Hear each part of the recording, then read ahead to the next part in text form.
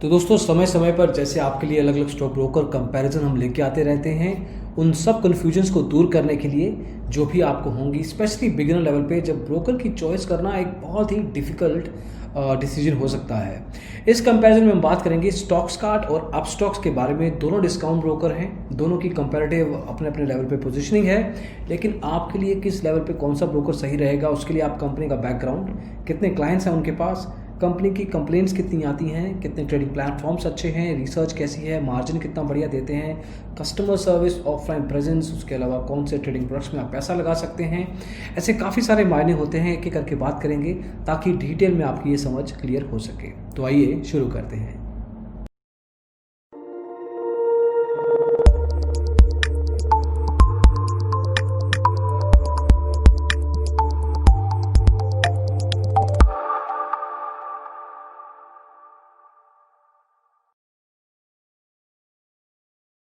तो दोस्तों सबसे पहले देखना चाहिए कि कंपनी की बैकग्राउंड कैसी है, कितनी strong company in terms of उनकी ग्रोथ क्या है, पुराने लेवल पे कंपनी है अगर तो पिछले कुछ सालों में कितना अपना क्लाइंट्स को बढ़ाया है, और नई है तो किस तरह से अपने चैलेंजेस को फेस कर रही है, क्योंकि ऐसी कंपनीज ही आगे चल के अपने आप को सस्टेन कर पाती हैं। बैंकरप्सी के चांस बहुत कम होते हैं। अपस्टॉक्स की बात करें तो 2009 में एस्टेब्लिश हुई थी, काफ़ी पुराना डिस्काउंट ब्रोकर है। वहीं पे आज की तारीख में इनके पास 10,11,117 एक्टिव क्लाइंट्स हैं, जो कि इसको अच्छा खासा एक बढ़िया डिस्काउंट ब्रोकर बनाते हैं इन टर्म्स ऑफ नंबर। सिर्फ नंबर की बात हो रही है, क्वालिटी की बात अभी नहीं कर रहे। BSE, NSE और MCX के साथ जुड़ा है ये particular stock broker. Stockskart relatively नया है, हालांकि ये SMC ग्लोबल का एक डिस्काउंट ब्रोकिंग आर्म है। SMC ग्लोबल 1990 में लॉन्च हुई थी, लेकिन स्टॉक्सकार्ट को उन्होंने मार्केट में 2018 में ही उतारा है। SMC ग्लोबल के पास 1,22,948 एक्टिव क्लाइंट्स हैं। ये पर्टिकुलर स्टॉक ब्रोकर हालांकि पुराना है, लेकिन डिस्काउंट ब्रोकिंग आर्म में जैसे बताया आपको अभी नया नया ही आया है। NSE, BSE, MCX के साथ ये भी जुड़े हैं। अभी सिर्फ नंबर्स के बेस की बात करें तो अपस्टॉक रिलेटिवली बेहतर ब्रोकर दिखता है। आगे चल के देखेंगे क्वालिटी कैसी है।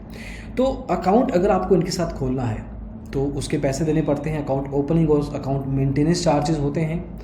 स्टॉक्सकार्ट आपसे 300 रुपये लेता है अकाउंट इक्विटी खोलने का, मतलब आपको इक्विटी में ट्रेडिंग करना है, कैश में ट्रेडिंग करना है तो 300 रुपये देने होंगे। कमोडिटी के लिए 200 रुपया अलग से चार्ज होता है। इनके साथ AMC भी आपको देनी पड़ेगी, जो कि है 300 रुपया प्रति year. Every year you have to pay annual maintenance charges. Upstox आपको मेंटेनेंस चार्जेस पे 150 रुपये लेता है, लेकिन इसके पास अकाउंट ओपनिंग को लेके मल्टीपल प्लान्स हैं। किस तरह से देखिए, अकाउंट ओपनिंग अगर आप इनके पास करेंगे तो आपके पास 4 ऑप्शंस हैं, ध्यान से सुनिएगा। लाइट प्लान है, इसमें आपको फ्री अकाउंट मिलता है, लेकिन इसके अलावा कोई खास जो वैल्यू है वो नहीं मिलती। बेसिक प्लान में 250 रुपये आपको देना है, वन टाइम कॉस्ट है, ध्यान रखिएगा। और यहाँ पे भी अकाउंट ओपनिंग फ्री है, लेकिन इसमें ब्रोकरेज क्रेडिट मिलता है 300 रुपये का। इसमें आपको कुछ मेंबरशिप्स भी मिलती हैं अगर आप ये प्लान लेते हैं। उसके अलावा आप अगर 1000 रुपये का प्लान 999 का प्लान लेते हैं, प्लस प्लान कहते हैं ये इसको, उसमें आपको 1500 रुपये का ब्रोकरेज क्रेडिट मिलता है। और प्रीमियम प्लान लेते हैं अगर आप, वो 1500 रुपये का है, उसमें आपको अनलिमिटेड ब्रोकरेज क्रेडिट मिलता है कि 30 दिन, पहले 30 दिन के लिए होता है सर। तो कुछ यहाँ पे अपने आप को डिफ्रेंशिएट करने की कोशिश की है अपस्टॉक्स ने। हालांकि ये ब्रोकर कुछ ना कुछ एक्सपेरिमेंट करता रहता है। तो आज अगर आप ये ब्रोकर का कंपैरिजन देख रहे हैं तो हो सकता है आने वाले 1 महीने, 2 महीने, 1 साल के बाद आपकी ब्रोकरेज जो प्लान्स हों, अकाउंट ओपनिंग प्लान्स हों, वो थोड़े अलग हो जाएं आज की तारीख से। ये एक्सपेरिमेंट्स बहुत करता है, इसके फ़ायदे भी हैं लेकिन नुकसान ज़्यादा है एग्जिस्टिंग क्लाइंट्स के लिए, क्योंकि उनको लगता है कि आज की तारीख में जिस प्लान पे मैं आ रहा हूँ वो बढ़िया है, लेकिन over a period of time जब वो चेंज हो जाता है तो उनकी ब्रोकरेज शायद ज़्यादा हो जाती है, या अकाउंट ओपनिंग लेवल के खर्चे बढ़ जाते हैं, मेंटेनेंस लेवल के खर्चे बढ़ जाते हैं। तो आज की तारीख में 150 रुपये मेंटेनेंस है और 1500 रुपये तक के प्लान्स हैं इनके पास फ्री से लेके, जिसमें आप अकाउंट ओपनिंग करवा सकते हैं। तो इनिशियल कॉस्ट को देखते हुए स्टॉक्सकार्ट रिलेटिवली बेहतर दिखता है, स्टेबल कॉस्टिंग है, लेकिन इट डिपेंड्स कि अगर आप फ्री प्लान लेते हैं अपस्टॉक्स का तो शायद आपको वो बेहतर लगे, तो उस हिसाब से आप चूज़ कीजिए। खर्चों की बात कर ही रहे हैं तो ब्रोकरेज के खर्चों की बात भी कर लेते हैं, क्योंकि ये वो खर्चे हैं जो लगातार आपके ट्रेड पे लगने वाले हैं। पहले बात करते हैं स्टॉक्सकार्ट की। स्टॉक्सकार्ट में रिलेटिवली डायरेक्ट है, इसमें आपकी डिलीवरी ट्रेडिंग फ्री रहेगी, उसमें कोई पैसा नहीं देना है। ब्रोकरेज में हाँ STT, transaction charges, clearing charges, GST, SEBI के खर्चे, ये सब लगने वाले हैं, वो हर ब्रोकर के साथ लगेंगे, लेकिन इक्विटी डिलीवरी इनके साथ फ्री रहेगी। इंट्राडे अगर आप करते हैं, एक फ्यूचर ऑप्शन अगर आप करते हैं, करेंसी में भी या कम्युनिटी में पैसा लगाते हैं तो फ्लैट 15 रुपये लगेंगे हर ट्रेड पे, और हर ऑर्डर पे, माफ़ कीजिएगा, हर ऑर्डर पे आपको 15 रुपये लगने वाले हैं। लेकिन एक चीज़ जो कि काफ़ी अलग बनाती है स्टॉक्स कार्ट को, वो ये है कि आप जब तक प्रॉफिट में नहीं है तो आपको ब्रोकरेज नहीं लगने वाली। मतलब अगर आपका ट्रेड लॉस में चला गया तो उस केस में स्टॉक्स कार्ट आपसे ब्रोकरेज चार्जेस नहीं चार्ज करेगा, उसमें आपको कोई खर्चा ब्रोकरेज लेवल पे नहीं देना। आप जब प्रॉफिट में है तभी स्टॉक्स कार्ट अपना प्रॉफिट बनाएगा, अपना रेवेन्यू बनाएगा, माफ़ कीजिएगा, प्रॉफिट तो अलग बात हो जाती है। अपस्टॉक्स की अगर बात करें तो जो नॉर्मल डिस्काउंट ब्रोकर होते हैं वैसे ही ये ब्रोकरेज चार्ज करता है। इनके पास 2 प्लान है, 20 रुपये और 30 रुपये वाला। 20 रुपये को बेसिक प्लान कहते हैं, 30 रुपये को प्रायोरिटी प्लान। इसमें जो मार्जिन फैसिलिटी है उसमें फ़र्क आता है कि अगर आप 30 रुपये ब्रोकरेज लेते हैं तो आपसे मार्जिन ज़्यादा मिलता है, लेकिन नॉर्मल लेवल पे आपकी डिलीवरी इसमें भी फ्री रहेगी। बाकी के सेगमेंट में 20 रुपीज़ पर एग्जीक्यूट ऑर्डर, 15 रुपये स्टॉक्स कार्ट में था, यहाँ 20 रुपया लगेगा। अक्रॉस करेंसी, चाहे इक्विटी की बात करें, इक्विटी इंट्राडे की बात करें, यहाँ पे हर जगह आपको 20 रुपया लगने वाला है। अगर आप बेसिक प्लान लेते हैं, प्रायोरिटी प्लान लेते हैं, तो वही खर्चा आपका 30 रुपये हो जाएगा, 30 रुपीज़ पर एग्जीक्यूटेड ऑर्डर। तो अगेन अगर हम खर्चों की बात करें और स्पेसिफिकली ब्रोकरेज की बात करें तो प्रायोरिटी प्लान डबल है खर्चे में, ब्रोकरेज में, as compare to stocks cart का प्लान। 20 रुपये वाला प्लान भी महंगा रहेगा। अगर आप अपस्टॉक्स का इस्तेमाल करते हैं तो ब्रोकरेज में भी यहाँ पे स्टॉक्स कार्ट सस्ता दिखता है। The best part is they don't make money if you are not making money, and that is basically the whole idea है। और अगला पैरामीटर है मार्जिन का। जब मार्जिन ट्रेडिंग आप करते हैं, हालांकि सेबी कुछ ना कुछ शिकंजा कस रहा है मार्जिन ट्रेडिंग के ऊपर, over a period of time margin कम हो जाएगा। उस पर वीडियो बना चुके हैं, वो वीडियो आप चेकआउट कर सकते हैं। जहाँ तक अपस्टॉक्स की बात है, ये जैसे आपको बताया 2 प्लान है, बेसिक और प्रायोरिटी। डिपेंडिंग कौन सा आपने प्लान लिया है उस हिसाब से मार्जिन डिसाइड होता है। चाहे कैश में अगर हम बात करें तो बेसिक में 7 गुना, प्रायोरिटी में 10 गुना मिलता है। इंडेक्स फ्यूचर्स में पैसा लगाते हैं तो 4 टाइम्स मिलेगा आपको बेसिक में, 6 टाइम्स आपको मिलेगा प्रायोरिटी प्लान में। और वहीं पे कवर ऑर्डर और ब्रैकेट ऑर्डर वगैरह अगर आप लगाते हैं तो NSE BSE कैश में आपको प्रायोरिटी में 15 गुना तक मिल सकता है, बेसिक में 12 गुना, इंडेक्स फ्यूचर्स में 12.5 गुना प्रायोरिटी में और 10 गुना बेसिक में। MCX में मतलब कमोडिटी ट्रेडिंग करते हैं आप तो 3 से 4 गुना ही मिलेगा, ज़्यादा नहीं है वहाँ पे। करेंसी में अराउंड 4 टाइम्स मिलेगा दोनों प्लान्स पे, तो कुछ खास मार्जिन नहीं है। इनफैक्ट स्टॉक्स कार्ट की बात भी अगर हम करें तो वहाँ पे भी कुछ खास मार्जिन नहीं मिलेगा।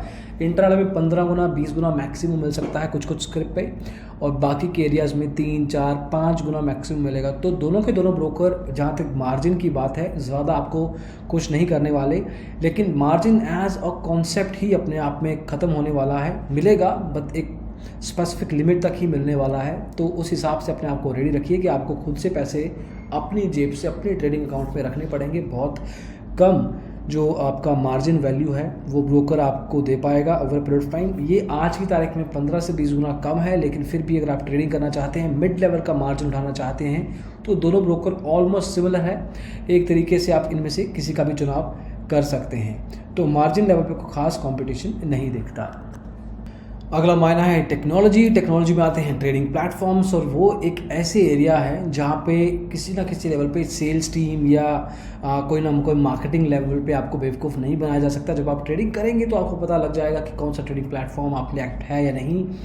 पहले हम आपको थोड़ा बता दें कि किस तरह के ट्रेडिंग ऐप ये दोनों ब्रोकर प्रोवाइड करते हैं। स्टॉक्स कार्ट आपको डिसेंट लेवल की ट्रेडिंग एप्लीकेशन देता है। इसमें मोबाइल एप्लीकेशन है स्टॉक्स कार्ट क्लासिक। इसमें स्टॉक्स कार्ट आपको स्टॉक्स कार्ट प्रो भी देता है, ये भी एक ठीक ठाक मोबाइल एप्लीकेशन है। थोड़ा डिटेल में बात करते हैं। 4.5 रेटिंग है इसका, 5 में से 2718 यूज़र्स ने इसको रेट किया है। और अपडेट फ्रीक्वेंसी देखें तो करीब 1.5 महीने में एक बार अपडेट कर लेते हैं, लेकिन ये इम्प्रूव की जा सकती है। 1.5 महीना ज़्यादा लंबा समय है, 6 हफ्ते इज़ लॉन्ग टाइम, 4 हफ्ते is a good enough time for an update. 10,000 से ज़्यादा इंस्टॉल्स ये एप्लीकेशन देख चुकी है। नई ऐप है, पहले इनके पास क्लासिक थी, अभी प्रो लेके आए हैं, तो वहाँ पे रिलेटिवली अभी टाइम है इसमें जिसमें ये अपने आप को बड़ा बना पाएँ। ब्राउज़र ट्रेडिंग एप्लीकेशन मिलेगा, डेस्कटॉप ट्रेडिंग ऐप मिलेगी, स्टॉक्स कार्ट MF मतलब म्यूचुअल फंड्स में अगर आपको पैसा लगाना है तो उसके लिए भी अलग से ऐप है। रेंज है इनके पास, अभी टाइम लगेगा अपने आप को मैच्योर लेवल पे प्रूव करने में भी अच्छे हैं। मोबाइल ऐप का तो हमने डेमो किया है, आप वीडियो चेकआउट कर सकते हैं। ठीक एप्लीकेशन है, UI लेवल पे बढ़िया है, नंबर ऑफ़ फीचर्स भी अच्छे हैं, तो वहाँ पे कोई शिकायत कम दिखती है relatively. But over a period of time ये अपने आप को अगर प्रूव कर पाती है, 4.5 रेटिंग को ऑब्जेक्टिवली ये सस्टेन कर पाती है, तो ये बढ़िया बात रहेगी इस पर्टिकुलर ब्रोकर के लिए। अब स्टॉक्स पुराना है, इनके ट्रेडिंग एप्लीकेशंस ने बहुत सारे यूजर्स को देखा है ओवर पीरियड ऑफ टाइम कि किस तरीके से यूज़ होती है। रेंज में प्रॉब्लम नहीं है, नेस्ट एप्लीकेशन मिलता है उसको इस्तेमाल कर सकते हैं जो कि थर्ड पार्टी है। अपस्टॉक्स प्रो वेब है उसको भी यूज़ कर सकते हैं। अपस्टॉक्स प्रो जो मोबाइल एप्लीकेशन है इनका वो भी ठीक है। एक दिक्कत है, 3.8 रेटिंग है अपस्टॉक्स प्रो मोबाइल का। अपडेट फ्रीक्वेंसी इनकी करीब 1-1.5 हफ्ते 2 हफ्ते में है, वहाँ पे भी दिक्कत नहीं है। 5 लाख यूज़र्स ने इसको इंस्टॉल किया है, अब 10 साल ज़्यादा हो चुके हैं इस ऐप को आए हुए, तो ऑब्वियसली नंबर्स अच्छे होंगे। बट परंतु प्रॉब्लम ये है कि इनकी एप्लीकेशन बंद बहुत ज़्यादा होती है। बंद मतलब क्या, आप लॉगिन नहीं कर पाएंगे, आप ऑर्डर एग्जीक्यूट नहीं कर पाएंगे, अपनी पोजीशन अपनी होल्डिंग से एग्जिट नहीं कर पाएंगे, और रेगुलरली होता है। मतलब महीने में एक बार तो ऐसा होना ही है जब अपस्टॉक्स प्रो मोबाइल एप्लीकेशन चल नहीं रही है। कई बार तो तीनों के तीनों ट्रेडिंग एप्लीकेशंस बंद हो जाते हैं। अब ये आउट ऑफ केयर है दोनों पार्टीज़ के लिए, क्लाइंट्स के लिए भी और ब्रोकर के लिए भी। हम बताना चाहेंगे कि अपस्टॉक्स को डेफिनेटली अपनी ट्रेडिंग प्लेटफॉर्म्स पे ध्यान देने की ज़रूरत है।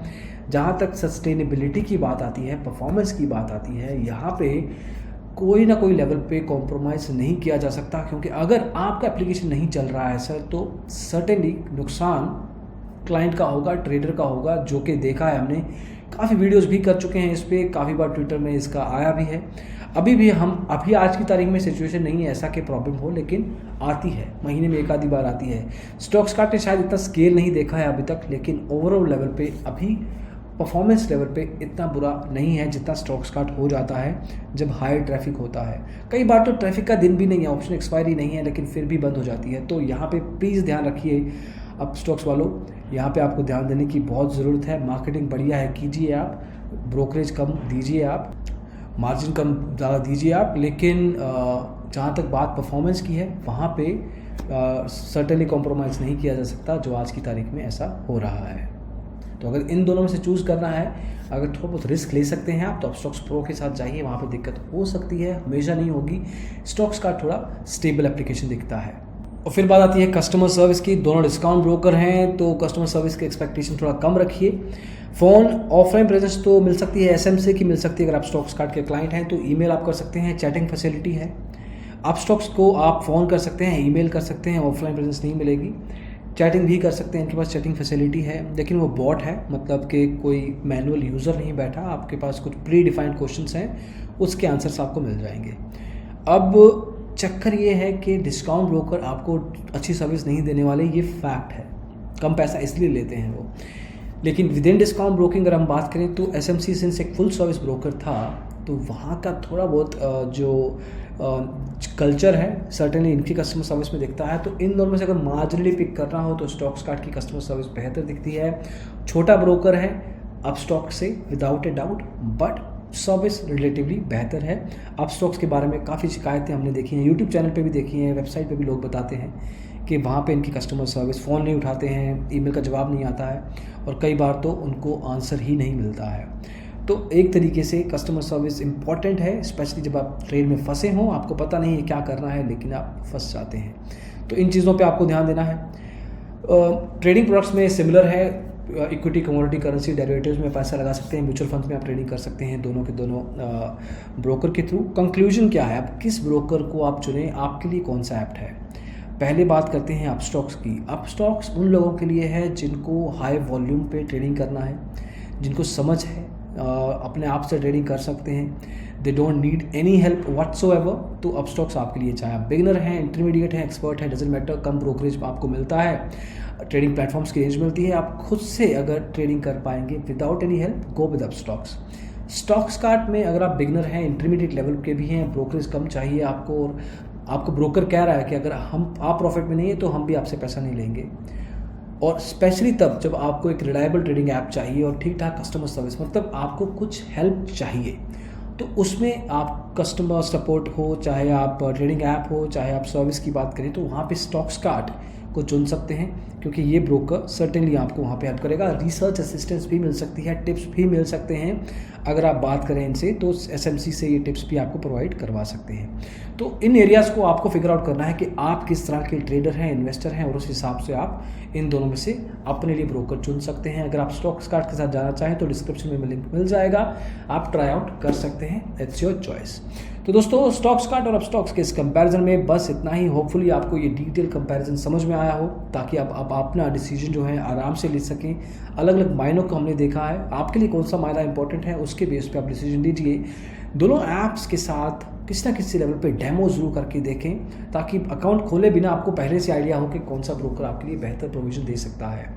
इस वीडियो में बस इतना ही। पसंद आया हो तो लाइक कीजिए, जैसे हम हमेशा कहते हैं, और सब्सक्राइब कीजिए, और डिजिटल ब्लॉगर को शेयर कीजिए इस वीडियो को, ताकि बाकी दोस्तों की मदद भी हो सके। Thank you so much, bye bye.